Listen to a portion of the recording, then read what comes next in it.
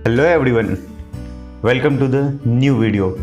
दोस्तों, आज की क्लास से हम इंग्लिश लैंग्वेज की तरफ स्टार्ट करने वाले हैं, यानी इंग्लिश लर्निंग की तरफ बढ़ने वाले हैं, जिसमें हम सीखने वाले हैं बहुत सारे डे टू डे लाइफ में इस्तेमाल होने वाले इंग्लिश फ्रेजेस के बारे में, इंग्लिश में बोली जाने वाली चीज़ों के बारे में।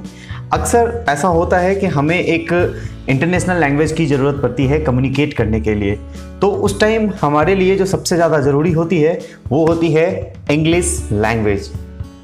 तो किस तरीके से हम इंग्लिश का इस्तेमाल करेंगे आने वाले टाइम में और अपने लाइफ में, जिससे कि हम अपनी लाइफ को एक अच्छा लाइफ स्टाइल दे सकते हैं, एक अच्छा लाइफ स्टाइल जी सकते हैं। तो दोस्तों, आज की क्लास में मैं आपको बताने वाला हूँ टाइम के बारे में, यानी क्लॉक के बारे में। दोस्तों, हमेशा हम कहीं भी जाते हैं, चाहे वो हमारे परिचित लोग हो या अपरिचित लोग हो, वो हमसे ज़रूर पूछते हैं समय कितना हो रहा है। अक्सर होता है, हम किसी को जान रहे हैं या नहीं जान रहे हैं, फिर भी हम उनसे पूछ लेते हैं कि कितना टाइम हो रहा है। अगर आपसे कोई ये सवाल पूछे कि कितना टाइम हो रहा है, अगर वो इंग्लिश में इसी सवाल को पूछता है what is the time, Hindi में पूछता है, तो हम तो आसानी से बता पाते हैं कि कितना टाइम हो रहा है। लेकिन जब इंग्लिश की बात आती है तो हम वहाँ पे हेजिटेट हो जाते हैं कि किस तरीके से इसका जवाब दें।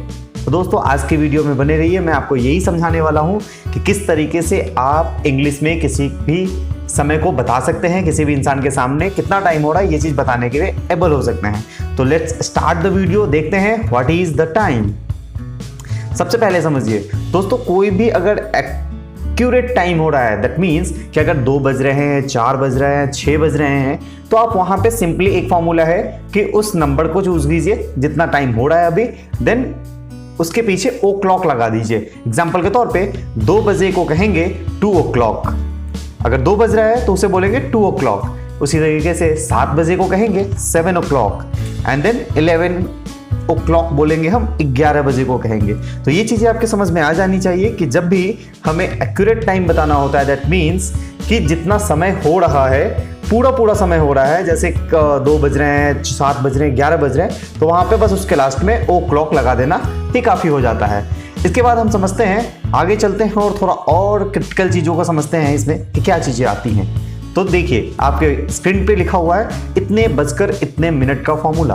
अक्सर ऐसा होता है, हम बोल रहे होते हैं या हम सोच रहे होते हैं कि 8:25 हो रहा है, इस चीज़ को इंग्लिश में कैसे बोलेंगे, या 9:30 हो रहा है, इस चीज़ को इंग्लिश में कैसे बोलेंगे। तो गाइज, इट्स वेरी सिंपल। इसको बोलने के लिए बस एक फॉर्मूला आपको याद रखना है, वो फॉर्मूला है मिनट प्लस पास्ट प्लस घंटा, यानी कि minute plus past plus our. Example के तौर पे देखते हैं, तो चलिए एग्जाम्पल्स में हम सबसे पहले लेते हैं 8:20। तो हमने अभी फॉर्मूला देखा था minute plus past plus our, तो हमने देखा 8:20 तो 20, क्योंकि मिनट 20 है हमारा, पास्ट 8 यानी कि हमारा आवर है। तो इस तरीके से और भी एग्जाम्पल बन सकते हैं, जैसे 7:25 यानी 25 पास्ट 7।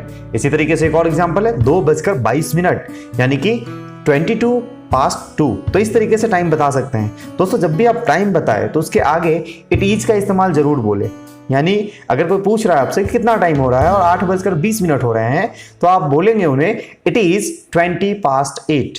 डायरेक्ट 20 पास्ट 8 ना बोल करके इट इज 20 पास्ट 8 का इस्तेमाल करेंगे।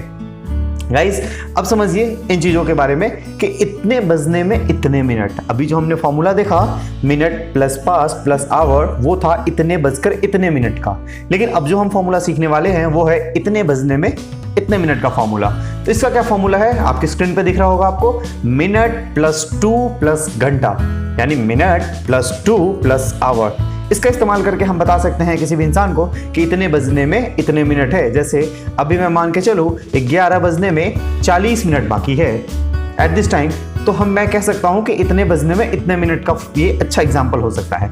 जैसे एग्जाम्पल हम यहाँ देखते हैं और एग्जाम्पल में हम समझते हैं। सबसे पहला एग्जाम्पल आपके सामने है 8:20, दैट इज 22:08, क्योंकि अभी हमने फॉर्मूला देखा था मिनट प्लस 2 प्लस आवर, तो 8:20 दैट मीन्स 22:08। उसी तरीके से 7:25 दैट इज 25:7। सेम एग्जाम्पल और लेते हैं 2:22 22:2। सेम वहाँ पे यही प्रोसेस करेंगे। जैसे ही कोई हमसे पूछेगा कितना टाइम हो रहा है, मान लीजिए एग्जाम्पल नंबर 1 के साथ चलते हैं, 8:20, हम पूरे सेंटेंस में आंसर देते हैं it is 22:08। That is the correct answer. तो गाइज अभी हमने दो चीजें समझी। एक चीज है अगर पूरा टाइम हो रहा हो, दैट मीन्स कि अगर 2 बज रहे हो पूरे, 3 बज रहे हो पूरे, तो वहां पे हम क्या करेंगे, उस नंबर को पकड़ेंगे, पिक करेंगे, उसके पीछे ओ क्लॉक लगा देंगे तो वो हमारा बन जाएगा। जैसे अभी 11 बज रहे हैं, that is it is 11 o'clock। दूसरा कंडीशन हमने देखा कि इतने बजकर इतने मिनट, यानी कि 11 बजकर 20 मिनट हो रहे हैं या फिर 11 बजकर 15 मिनट हो रहे हैं, तो उस कंडीशन में हम बोलेंगे इट इज 20 past 11। तो इस तरीके से हम वहां पे एक्सप्लेन कर सकते हैं। ठीक अगले एग्जांपल में देखा हमने कि इतने बजने में इतने मिनट, यहाँ का फॉर्मूला क्या था हमारा, मिनट +2 + आवर। जैसे एग्जांपल आपके स्क्रीन पे है, 8 बजने में 20 minute, that is 20 to 8, it is 20 to 8। अब नोट की तरफ चलते हैं, नोट देखते हैं क्या चीजें इसमें और हम ऐड कर सकते हैं और चीजें हमें सीखने वाली होती है। तो गाइस ध्यान रखिएगा कि 30 मिनट को हम लोग हाफ बोलते हैं। 30 मिनट को हम बोलते हैं ना जैसे आधे घंटे, तो यहाँ पे हाफ इंग्लिश में हम इस्तेमाल करते हैं 30 मिनट को बोलने के लिए, और वहीं पे 15 मिनट को बोलने के लिए हम लोग क्वार्टर का इस्तेमाल करते हैं। दो चीजें ध्यान रखिएगा, हाफ बोलने के 30 मिनट का इस्तेमाल करने के लिए हम हाफ बोलते हैं और 15 मिनट के लिए हम क्वार्टर का इस्तेमाल करते हैं। गाइस इसका एक एग्जांपल देख लेते हैं। फॉर एग्जांपल 8 बजने में 15 मिनट, इसे हम ये भी कर सकते हैं इट इज 15 to 8, या फिर इसको इस तरीके से बोलिए इट इज quarter to 8, क्योंकि अभी हमने देखा 15 मिनट को हम क्वार्टर भी बोल सकते हैं। नेक्स्ट एग्जांपल के तौर पे चलते हैं, 8 बजकर 15 मिनट, इट इज 15 past 8 या फिर इट इज quarter past 8। तो हमने यहाँ पे सीखा कि हम 15 मिनट्स की जगह पे क्वार्टर वर्ड का भी इस्तेमाल कर सकते हैं। एग्जाम्पल नंबर 2 के साथ चलते हैं, यहाँ पे देखते हैं हाफ का इस्तेमाल। तो 7 बजने में 30 मिनट, इट इज 30 to 7 और it is half to 7।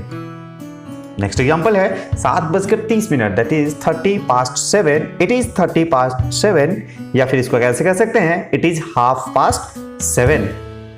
Guys आइए कुछ और बातें जानते हैं और चीजें सीखते हैं, यहाँ पे कुछ इंपॉर्टेंट चीजें इसके बारे में। तो यहाँ पे आपके स्क्रीन पे लिखा हुआ है कि रात के 12 बजे के बाद से दोपहर के 12 बजे से पहले तक के समय के साथ हम लोग एम का इस्तेमाल करते हैं। दोस्तों आपने एम और पीएम के बारे में अक्सर सुना होगा, बहुत सारे बच्चों के माइंड में ये कंफ्यूजन रहता है कि ये एम और पीएम आखिर भला क्या है। तो दोस्तों रात के 12 बजे के बाद से दोपहर के 12 बजे के पहले तक, यानी 11:59 तक, 11:59 तक के समय को हम लोग एम कहते हैं, जबकि दोपहर के 12 बजे से लेकर रात के 12 बजे से ठीक पहले, यानी कि रात के 11:59 तक हम पीएम का इस्तेमाल करते हैं। एग्जाम्पल के तौर पे देखते हैं, रात के 12 बजे को हम 12 AM बोलेंगे, दोपहर के 12 बजे को हम 12 PM बोलते हैं, सुबह के 5 बजे को हम 5 AM बोलेंगे, शाम के 5 बजे को 5 PM बोलेंगे। अगर वहीं पे आपसे बात कर ली जाए कि सुबह के 11:59 को क्या बोलेंगे, तो दोस्तों ध्यान रखिएगा यहाँ पे कंफ्यूजन नहीं होना चाहिए, वो AM कहलाएगा, लेकिन जैसे ही सुबह का 12 बजेगा दोपहर का, वो PM में कन्वर्ट हो जाएगा। ठीक इसी तरीके से वाइस वर्सा, रात के समय 11:59 पे वो PM है, जैसे ही 12 बजेगा वो AM में कन्वर्ट हो जाएगा। इस चार्ट को ध्यान रखिएगा। नेक्स्ट चलते हैं, एग्जाम्पल के तौर पे कुछ और एग्जाम्पल्स हम लोग लेते हैं। जैसे AM और PM क्या होता है, दोस्तों यहाँ पे याद रखने वाली चीज है, AM मतलब एंटी मेरिडियम और PM का फुल फॉर्म होता है पोस्ट मेरिडियम, यानी बिफोर नून, नून से पहले, यानी दोपहर 12 बजे से पहले का टाइम हमारा एंटी मेरिडियम होता है जो कि AM होता है, और आफ्टरनून यानी 12 बजे के बाद का जो टाइम होता है वो हमारा PM यानी कि पोस्ट मेरिडियम होता है। तो गाइज इसका फुल फॉर्म भी याद रखिएगा, और ये एक बेसिक सा रेफरेंस मैंने बता दिया कि बिफोर नून AM होगा, आफ्टरनून PM होगा। गाइज होप सो कि क्लास आपको समझ में आई होगी। सारी चीज़ें मैंने यहाँ पे एक्सप्लेन करी है कि किसी भी एक संपूर्ण टाइम हो रहा है तो उसको किस तरीके से बोलेंगे, या फिर ऐसा कभी सिचुएशन बना कि इतने बजने में इतने मिनट, फिर उसको इंग्लिश में हम कैसे बोलेंगे, फिर इतने बजकर इतने मिनट को हम इंग्लिश में कैसे बोलेंगे। हम 30 मिनट्स के लिए हाफ का इस्तेमाल करते हैं इंग्लिश में, और 15 मिनट के लिए क्वार्टर का इस्तेमाल करते हैं। उसी तरीके से हमने देखा AM और PM का कॉन्सेप्ट। तो दोस्तों आज की क्लास में हमने सीखा क्लॉक से रिलेटेड सारी चीज़ें, कि कोई भी हमसे अगर टाइम पूछता है तो हम आसानी से इंग्लिश में उसका आंसर कर सकते हैं। गाइस आज के वीडियो में इतना ही, मिलते हैं कल, तब तक के लिए tata bye bye, take care.